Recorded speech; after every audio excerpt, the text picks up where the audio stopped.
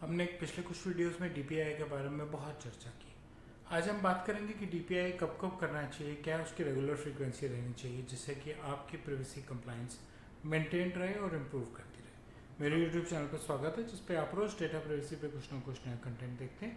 और जैसा कि मैंने कहा, आज हम बात करेंगे कि डीपीआई की फ्रीक्वेंसी क्या रहनी चाहिए जिससे कि आपकी कंप्लायंस इम्प्रूव कर सके। डीपीआई क्या है? डीपीआई एक सिस्टमेटिक अप्रोच है, एक तरीका है जिसमें आप खुद या अपने आप या किसी थर्ड पार्टी या किसी सॉफ्टवेयर के थ्रू अपनी डेटा प्रोसेसिंग के सारे प्रोसेसेस को रीचेक करते हैं, जिससे कि आपको पता लगे कि कहीं कोई ऐसा गैप तो नहीं जिसकी वजह से पर्सनल डेटा ब्रीच हो सकता है। डीपीडीपी एक्ट के हिसाब से 5 प्रोसेसेस क्या हैं? आप पर्सनल डेटा कलेक्ट करते हैं, यूज़ करते हैं, स्टोर करते हैं, शेयर करते हैं, डिलीट करते हैं। तो आपको डेटा प्राइवेसी मेंटेन करनी चाहिए, डीपीडीपी एक्ट के साथ कंप्लायंट होना चाहिए, ठीक।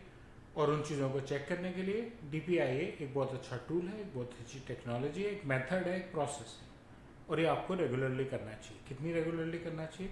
जब भी आपके यहाँ पे किसी डेटा प्रोसेसिंग प्रोसेस में कोई चेंज आया, आप कोई नई चीज़ लाए हैं, नया टूल इंट्रोड्यूस किया है, नया प्रोसेसिंग मेथड इंट्रोड्यूस किया है, एग्जिस्टिंग प्रोसेसिंग मेथड में कोई चेंज किया है, तो आपको डीपीआई करना चाहिए। गवर्नमेंट ने रेगुलेशंस में कोई चेंज किया है तो आपको ये जानना ज़रूरी है, आपको ये चेंजेस लाने ज़रूरी हैं जिससे कि गवर्नमेंट का नया रूल आपकी प्रोसेसिंग एक्टिविटीज़ के साथ मेल खा सके, इसलिए रेगुलेटरी चेंजेस पे करना ज़रूरी।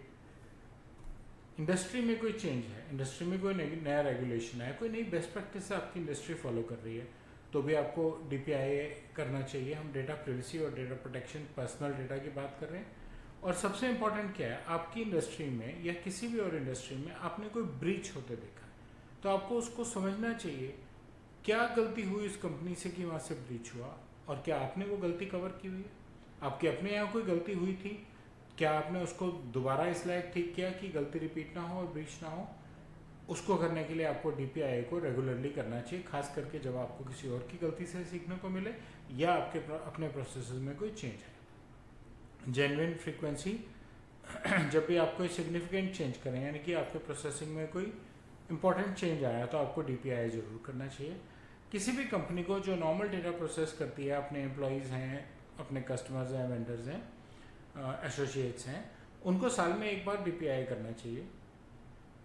लेकिन अगर प्रोसेसिंग ज़्यादा है, जैसे फॉर एग्जांपल आप कस्टमर्स को गिफ्ट्स भेजते हैं, आप मास मेलिंग करते हैं, आप फिज़िकल मेल्स भेजते हैं, यानी कि चिट्ठियाँ भेजते हैं, कुरियर भेजते हैं, तो आपको डीपीआई कम से कम 6 महीने में एक बार करना चाहिए, जिससे कि आपके प्रोसेसेस वैलिडेट हो सकें। लेकिन अगर आप सेंसिटिव डेटा हैंडल कर रहे हैं, health care, biometrics, finance, data dynamic है, रेगुलरली नया डेटा आ रहा है, रेगुलरली डेटा चेंज हो रहा है, हाई रिस्क डेटा है आपके पास, बायोमेट्रिक एक बहुत बड़ा रिस्क है, बायोमेट्रिक लीक हो गया तो फिर तो भाई बंदे के लिए मुश्किल हो सकती है। तो आपको रेगुलरली 3-3 महीने में एक बार डीपीआई करना चाहिए। बार बार रेगुलर डीपीआई करने का एडवांटेज, आपको रिस्क आने से पहले, प्रॉब्लम आने से पहले ही पता है कि रिस्क आने वाला है, आप उसको आइडेंटिफाई करके उसके मिटिगेशन के लिए तैयार हो सकते हैं।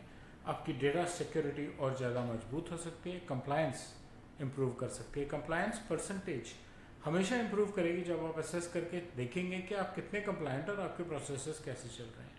आपकी ऑर्गेनाइजेशन का ट्रस्ट, आपके स्टाफ का भी और आपके कस्टमर्स का भी, जिनका भी आप पर्सनल डेटा प्रोसेस कर रहे हैं, उन सबका आप पे विश्वास बढ़ेगा।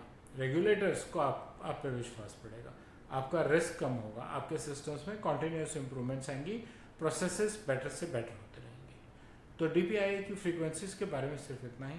मुझे उम्मीद है आपको कंटेंट अच्छा लगा होगा। बेल और लाइक आइकन दबाएं, मेरे चैनल से सब्सक्राइब करें और अपना फीडबैक जो है वो कमेंट सेक्शन में शेयर करें। धन्यवाद।